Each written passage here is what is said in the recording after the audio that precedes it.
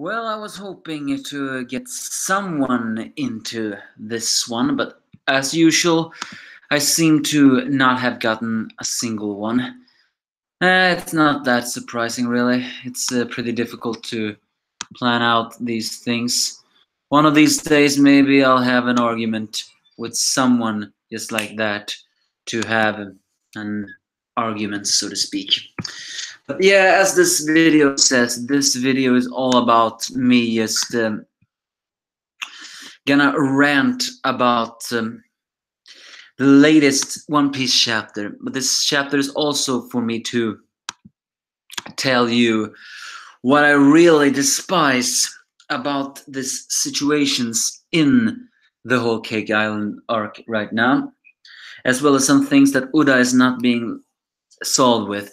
I wanted to get someone into this argument in order to hopefully have a joint talk about them and argue a little bit about this, together, so to speak. Alas, don't know if that will happen. So yeah, what I'm trying to, first of all, everyone who read the One Piece chapter 901 know all about the rage it created in the community. Oh my god, One Piece has evolved from one of the most beloved manga to one of the most angriest mangas ever. So if it weren't for the fact that it's impossible, I would almost consider that now they're reaching on it almost as much as they do in Fairy Tail. The only difference is I was a blind Fairy Tail fan forever, and they argued I did not. I just accepted the faults and moved on. However, when it comes to One Piece, the huge amount of faults I have seen do not resonate well with me, even if it is his style, Uda's style, so to speak. Don't get me wrong, One Piece has truly shined as one of the greatest mangas ever, and I'm not saying I'm gonna drop it or anything. Hell, I don't even think I can drop it, even if I wanted to. Because in the end, we know that as much as the story right now feels like trash, it will not become trash forever, because there are still some unanswered questions that we are really looking forward to. So, but I still don't believe that he need to finish this manga, about 100 or 200 chapters. No, he will not finish it in 100 chapters. That's impossible. But if he could finish it in 200, that would have been all swell. So, well, first of all, so yeah, this is mostly just a rant about this chapter, trying to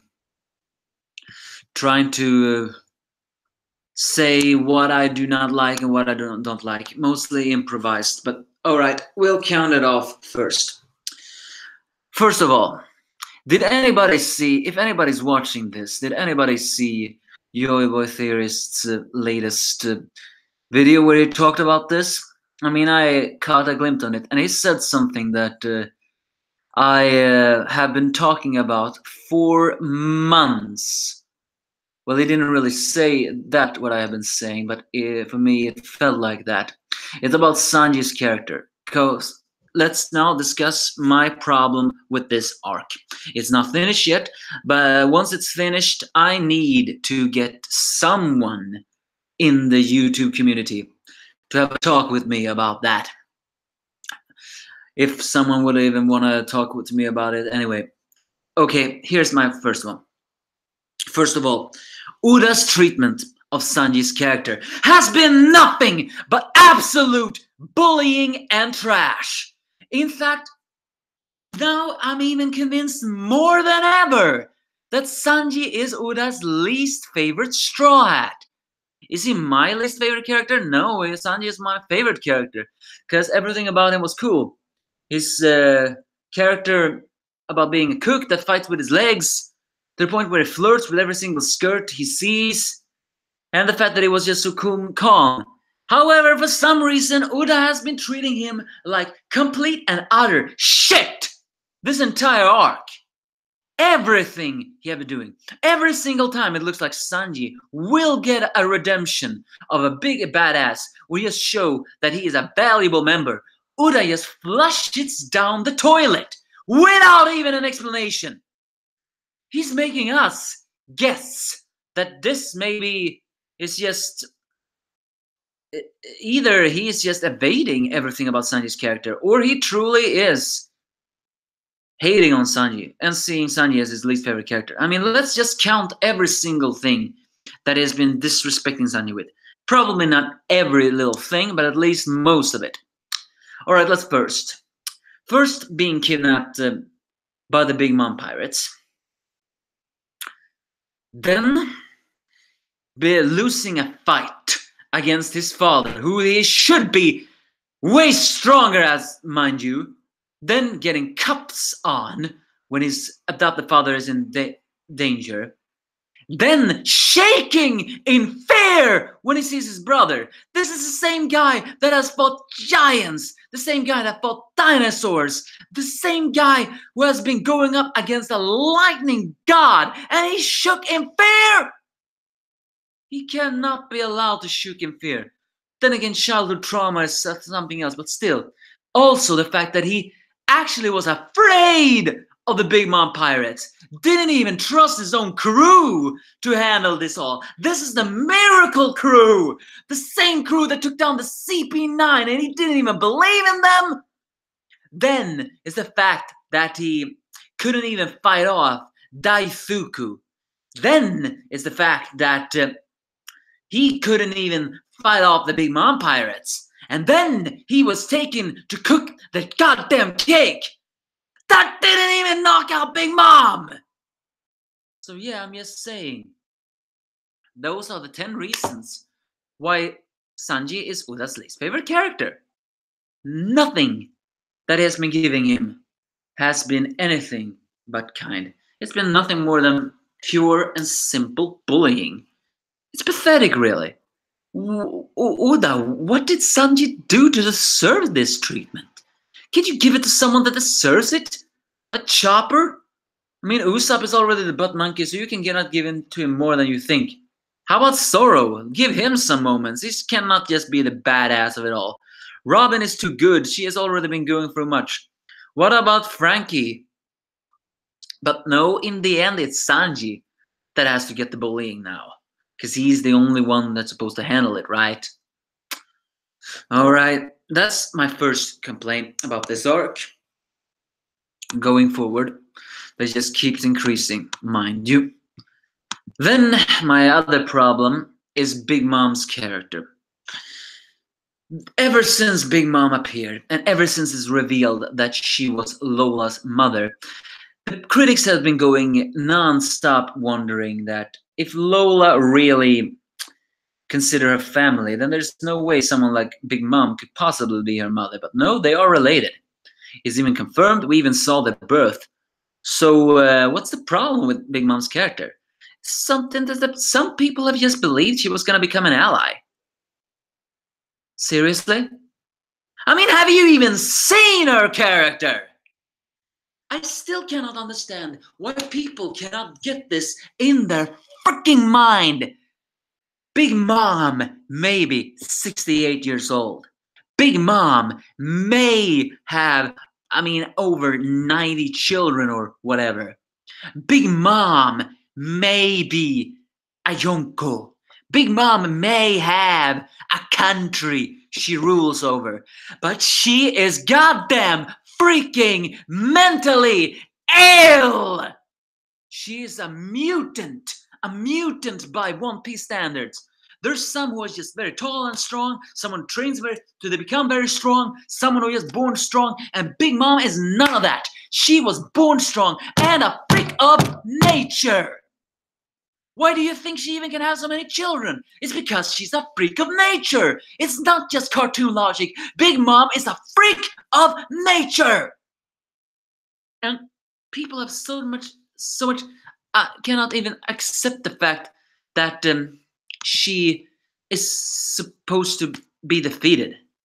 I mean, why can't you do that? Why can't you accept that Big Mom needs to be defeated one day? Just because her skin is made of iron? Just because she's a very fat lady? Just because she has a family that's supposed to be super powerful? Big Mom was created to me to be a very unlikable character. A very unlikable badass character. And when a villain is created that way, they always will suffer karma. But as much as we're going into this arc, Oda teases us every single time with the one question: is Big Mom going to get karma? Is Big Mom going to get what's coming to her? Is Big Mom gonna get something? The more we get into this arc, the more it seems apparent that no, we're not gonna get a single one of that. Not a single one. Instead, though, we're just gonna get Big Mom either being super powerful, Big Mom somehow be immortal, or just Big Mom eating the goddamn cake and not being knocked out. I mean, what is Oda's intention with Big Mom's character? There were so many times he could have ended her arc right there and there. And if Big Mom had destroyed her own country and then been cured of the sick disease and then been knocked unconscious by the cake, that would have been one way to finish off Big Mom for us. If you're not gonna tease us at the fact that she will be defeated one arc, then at least you could have done that. Because what I mean is, that would have been a humiliation defeat to Big Mom. Not only was she had eaten a cake that was not even cooked by her own chef, she would have been the one to destroy the country. Basically humiliated everything. She was supposed to be super powerful, but she is out of control. And she destroyed everything else, humiliating her status. But no, her wedding was crashed, but other than that, Big Mom has not suffered a single bit of a humiliation. Is Oda saving that for the Wano Kuri arc or something? Because, and you know, if you ask me, this is how this arc should end. Big Mom finds out Sanji is the one who baked the cake, and then she's gonna want him pretty badly. You know, probably gonna chase after them without even a care in the world. Probably with the intention, probably all the way to Wano. If she does that, that's a perfect way to end her character. Confront her in Wano and finally knock her out, kill her, whatever. In fact, the fact that she's so powerful, not even her own children is afraid to defy her. Why? Can't you just defy her? No, because she's super powerful. And that's the thing. Why have you made Big Mom so powerful, Oda? It's very dangerous making a villain too powerful. She must have a weak point. Not just psychological crisis. So I guess what I'm trying to say for this rant is the fact that Big Mom is mentally ill, people. She is not well. She's nothing more than a dangerous child in a grown woman's body. She cannot become an ally. Someone like that cannot be an ally. The only thing that can stop her is death or suicide. And she probably won't do both. Then let's go to option number 3, her family. People have been complaining a lot about her family. And I am complaining on the people that are complaining on the family. Because a lot of family are saying that the Charlotte family are incompetent.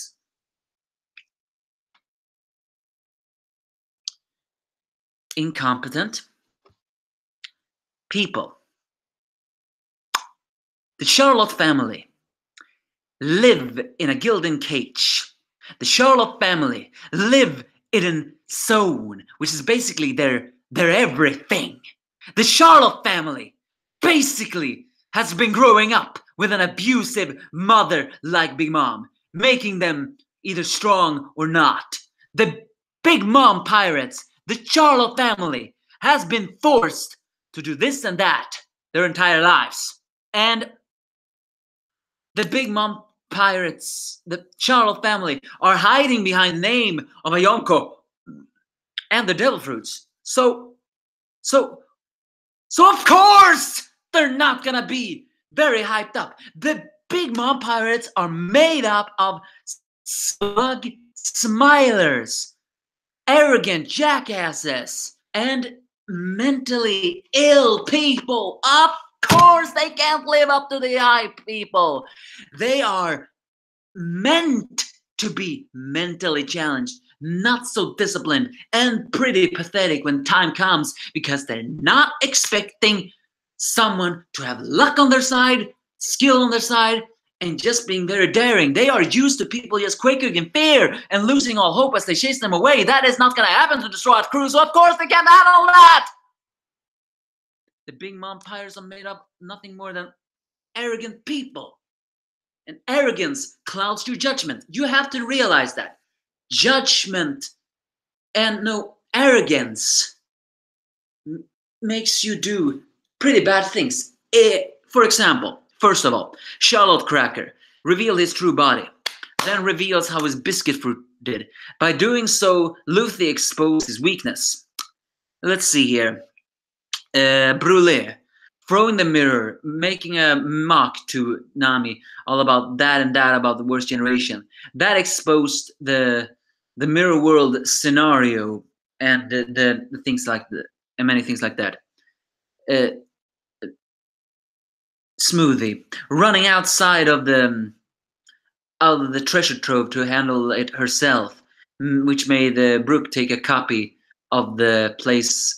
Of the poneglyph itself. Monteor mocking Luffy when he obviously haven't read the news of it all. And let's not forget Pero taking Pedro down and then not even paying attention to the dynamite, therefore losing an arm in the process. People, the big mom pirates are made up of arrogant people. They can't, of course, become that hyped up. They are meant to lose one day.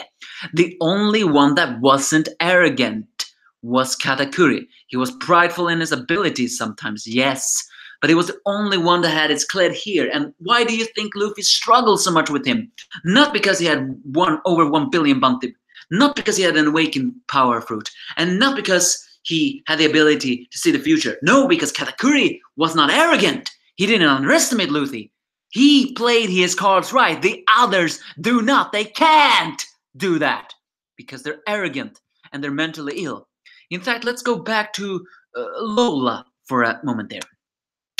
Because there's one thing Oda haven't been doing with Lola's character that is also extremely flawed. And what is that? That is it possible that Lola is suffering from some kind of denial disorder? Given the history of mental illness in the Big Mom family, shouldn't it be surprised that Lola is suffering from some kind of denial disorder? In fact, their entire crew seem to have been in denial. Either they have their memories erased or they are just in complete and utter denial. There's something missing from that puzzle that Oda is refusing to show us.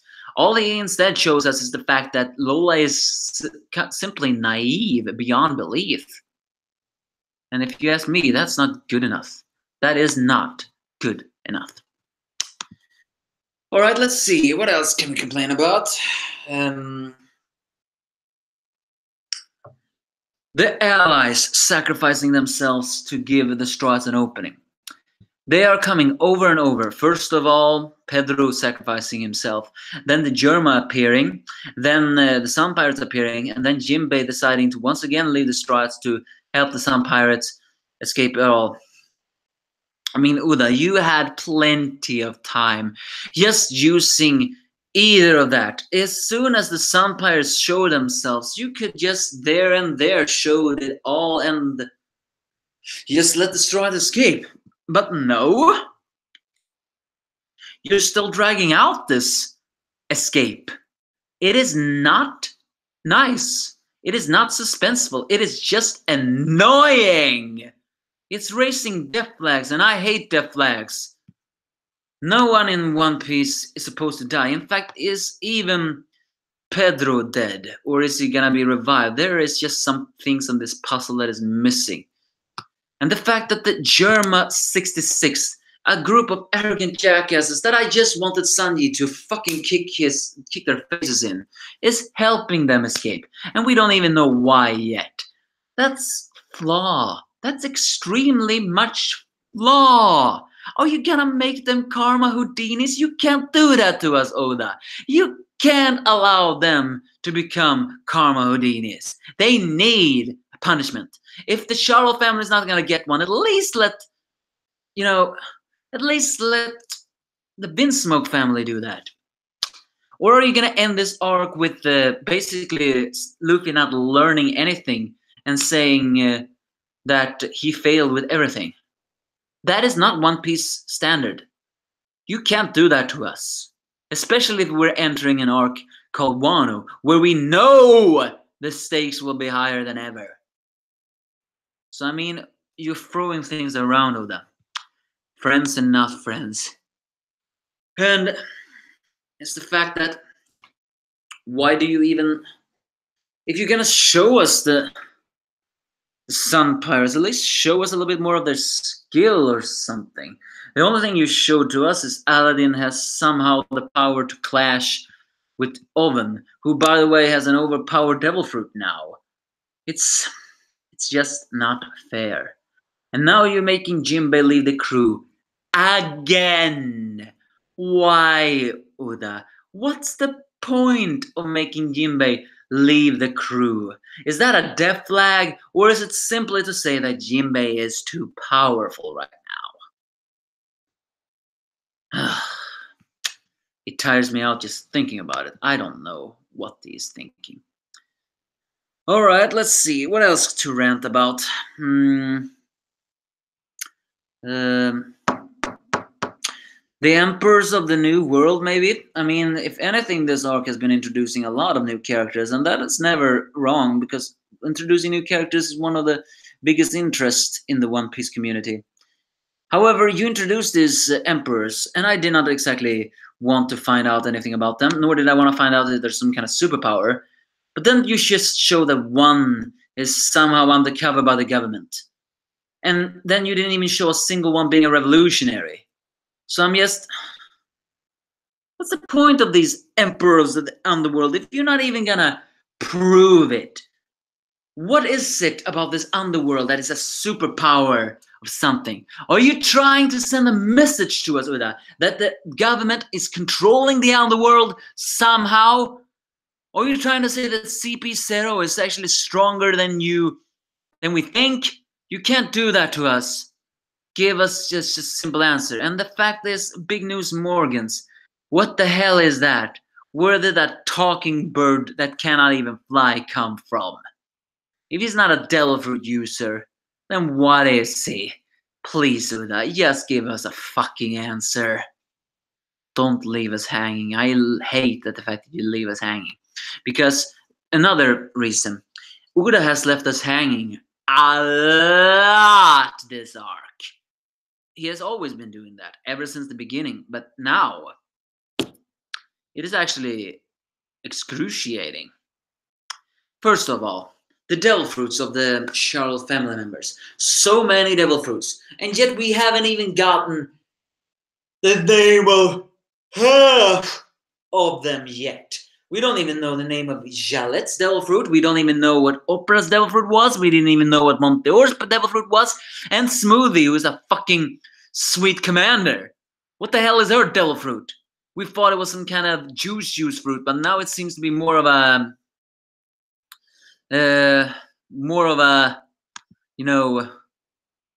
sponge fruit or something. Not to mention the fact that you said Big Mom have, what, 85 children? How many children have we seen now? 40, 30, maybe? Uda, you did a very huge mistake saying that it was 85 children. You need to show every single one. You don't have to tell us how old they are. That is pretty dang difficult. But when you create characters promising all this, give us some answers. Who have they married? Who is their children? and many things more. Are there any children that is actually planning on rebelling against Big Mom? You can't just introduce promising new characters and then not even introducing them. And well, what do we have here? A comment by Critical Mindset. You think Jinbei is on Jonko level with his Fishman Karate and therefore is OP for the Straw Hats? Maybe that's one of the reasons. Still, I don't really like it, because are Uda trying to make the Straw Hats weak? They cannot be weak. They are gonna face a Jonko soon. They cannot run away anymore. Because once again, running away. Luffy swore he would not run away again, and yet for some reason it almost feels like he is running away now. Then we are creating that internal argument. What about CP9 saga? There he ran away as well, and he ran away from the Marines when he came back to the island. So I mean, is Luffy running away, or is his running away different than us? We think he's running away when he's facing a powerful enemy. No, Luffy is facing off against a powerful enemy, defeating him, then running away to prove a point, proving a point that no matter how strong that enemy is there, he will defeat that enemy. So I don't see any difference why people are gonna complain about that and that. And then, speaking of the Charlotte Katakuri fight, a lot of people did not like that fight. I mean, it could have ended a lot quicker. I admit that. It could have definitely ended a lot quicker, but it didn't. But I see no reason why people had to complain about that fight. I think the biggest complaint is the fact that Luffy seemed to evolve his haki, and yet we still have no explanation if he did evolve his haki. But if he did, then just tell us, okay? Just tell us instead of making us guess all the time. Speaking of haki, what the hell is that flame haki we've been saying of lately? We thought only Luffy could do that, but now Big Mom can do that, and now even Katakuri could do that. What the hell is that? Is that some kind of a rule of symbolism? Is that kind of haki meant to show badass haki or something? In fact, you haven't even given us an explanation on why haki makes the limbs black when they use it. Give us something, really. And the fact that Luffy cannot even defeat a Jonko without his entire crew is excruciating in itself. Because it's gonna take a while before he's gonna reunite with his crew. So it's better to defeat his enemies right there and there. I don't care how unrealistic this is. This is a fantasy manga, people. Nothing about this manga is realistic. So it should be completely realistic that Luffy should be able to defeat at least some of the Charlotte family members as well. But no, he has Sanji who's supposed to fight, but no, he's not even fighting himself. It's just such a waste of characters. Alright, what else is there to complain about for my picture? The Elbaf storyline? No, I mean, the Elbaf storyline was completely okay. I did not mind it. What I minded about it was the fact that Big Mom, even as a 5 years old, could kill a giant, making her super powerful. Having those giants there was meant to make a symbolism when we saw the new giant warrior pirates in the cover page. So bring them back into the story. They have a reason to hate Big Mom, and I have a think that if you're going to save the Straws or whatever, introduce the new giant warrior pirates into the story so they can at least kill everything else. And the fact is, there is not a and you think, and the fact is that people are even saying that they don't believe in this plot armor or everything else. I mean, it is as unrealistic as it is that Luffy and his entire and half his crew couldn't even defeat the Jonko. The fact that they could mess up an entire Jonko crew being half just further proves that the Jonko crew members can be broken! You have to realize that. The fact is that since Uda is making us, trolling us all over again, I see no reason why people are complaining about that all the while. The fact that I'm complaining about that is the fact that, again, we're going back to Fairytale in that picture. Fairytale trolled us because that was his shtick. He was like that. Uda is not like that, but now that he is doing all this stuff, he is pulling these things that he either has to do it like this or not at all. And he's gonna leave a lot of people disappointed. So he has to make some kind of plot armor or something to solve all this mess with. And I don't know what that can be like. What else? Let's see here. Oh well, yeah, Sanji's cake couldn't even knock out Big Mom. Uda, seriously. If Big Mom is still relevant to the story, just tell us what she is supposed to do. Because right now, I'm seething with anger. That's my point about that. The Straws stole the poneglyph. I mean, copies of it. So what will Big Mom say when she hears that? She obviously will go on a rampage. Have even people begun to think that Sanji's cake was beyond imaginative in taste to Big Mom? So don't you think that now Big Mom is gonna have to rely on Sanji more than ever? It makes sense that she was just gonna wake up, hear her poneglyph was stolen, hear who's baking the cake, then she's gonna kill her head chef, and then gonna just chase after Sanji. You're gonna ask yourself, why does that make sense? And I'm saying, it does not make sense because it's Big Mom! Big Mom has not a single sense in her body. So it makes perfect sense for her to do that.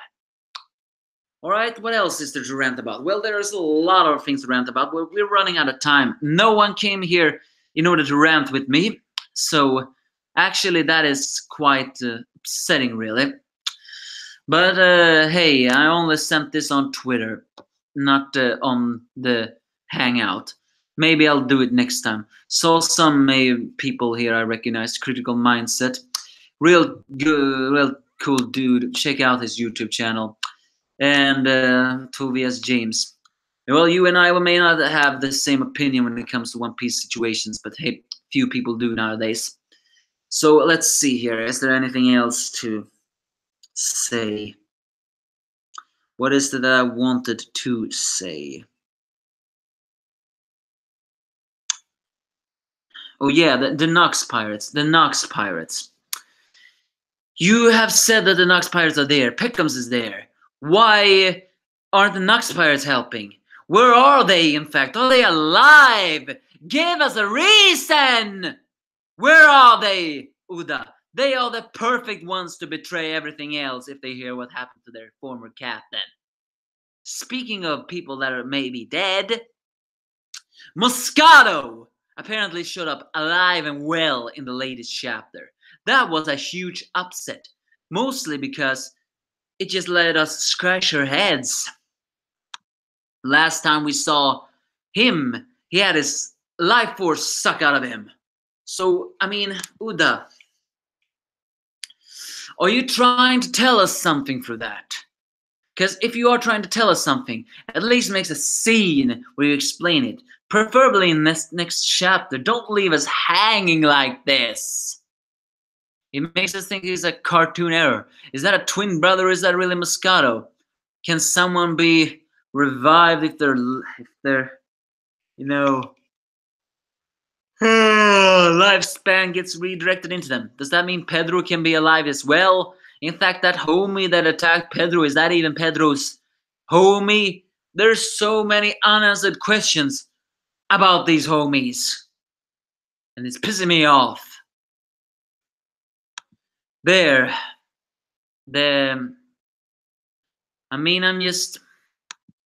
It doesn't answer anything about Moscato. Even if the black bulbs took the body and said, don't leave for a single second. It doesn't answer the question a single bit on how he was revived. Just give us an explanation, Oda. An explanation. So we don't have to scratch our heads all the time. Sometimes it's just better to give us an explanation right there and there. Not just something else to do it. And that really is Moscato. And yes, if lifespan really can revive someone else, then is that meant for Uda to foreshadow that Pedro can be revived using his own lifespan? If that is true, then yippee-ki-yay, I'm perfectly fine with that. But I would prefer if you just told us immediately! Don't leave us hanging like this. And the fact is, even Big Mom, her soul fruit, which was Mother Caramel's from the beginning, mind you, is the fact that Big Mom is 68 years old. And she's still hefty. She's a mutant. You have to realize that. So I'm trying to ask myself, is it possible that Big Mom can eat lifespan and live forever? Uda, can you at least give us a hint of that? Because she can eat lifespan, it's her favorite food. She has even said that. So does that mean Big Mom can absorb lifespan? Because Gecko Moria could absorb shadows, even though he couldn't keep them inside himself. I mean, granted, Big Mom's ex-husband told that the soul cannot enter living things, but it's usually always different if the user is the one who's doing it. So if Big Mom can live forever, then that should just mean why she considers her children expendable. Because as long as she's living forever, well, she can always get pregnant again. And again. And stuff like that. And speaking of ex-husbands, where the hell is the rest? We have only seen one ex-husband. And technically that is actually completely irrelevant. Because we don't need to see any other ex-husband. But what we need to find out is what happened to them. From the flashback made by Pound, it is obvious Big Mom marries them, had them being the king of Totland, and then when the babies are born, she froze the king out. That is the only clue we have about the ex-husbands, and probably the only thing we will ever get. But I'm still wondering, what happened to them? Did they leave Totland? Did they get killed? In fact, has some of the other even joined the crew? In fact, is Tamago an ex-husband of Big Mom? I mean, it wouldn't surprise me if it turns out that way. He looks kind of old. But yeah, there are just some questions there that is so either so much unanswered. In fact, there was some people who even wondering if Straussen was Big Mom's first husband. Which, by the way, that is actually kind of gross. But then again, this is Big Mom we're talking about. So of course it is gross. It's her. It would make perfect sense if Straussen was an ex-husband. But it would be gross nonetheless. But it makes perfect sense if it was Big Mom. She had her first child when she was 18 years old. So, I mean, in fact, I'm having very trouble to believe that Big Mom was that attractive looking. And so tall looking as well. I think it was an artistic error for Oda to make that way. So yeah, quickly talk a little bit what we think is gonna happen in the next chapter. The Straw Hats are sailing away. Maybe they'll finally get away from Kako Island, but then they meet Big Mom, and Luffy will clash briefly with her, and maybe he wound her this time, maybe because the cake has softened her up. And then Sanji hears what happened to Pedro. He briefly fights Perospero and defeats him. I mean, if he defeats Pero, then I'm perfectly fine with that, because Perospero is Sanji's natural enemy. Sanji can channel fire. He is candy. It's perfect. But that doesn't exactly answer the question how they're going to get out of this. Is the Germa going to become Carmodinis? The Sun Pirates, are they going to escape? If Soul can get back to corpses, what is happening? Yeah, this is my rant about this video. I wanted someone to join in, but no one did. Maybe next time I'll drop someone in the comments section just to test if anyone want to jump in there. Maybe that will be getting a little bit more interesting of it all. This is my rant about my troubles. I know I have forgotten a lot of different things, but this is just one of the many things I have a trouble with One Piece right now. Either way, the whole Cake Island arc will probably end the way I do not want it to end. But I know my anger will be a little bit different than the others. So give me your thoughts if you have any.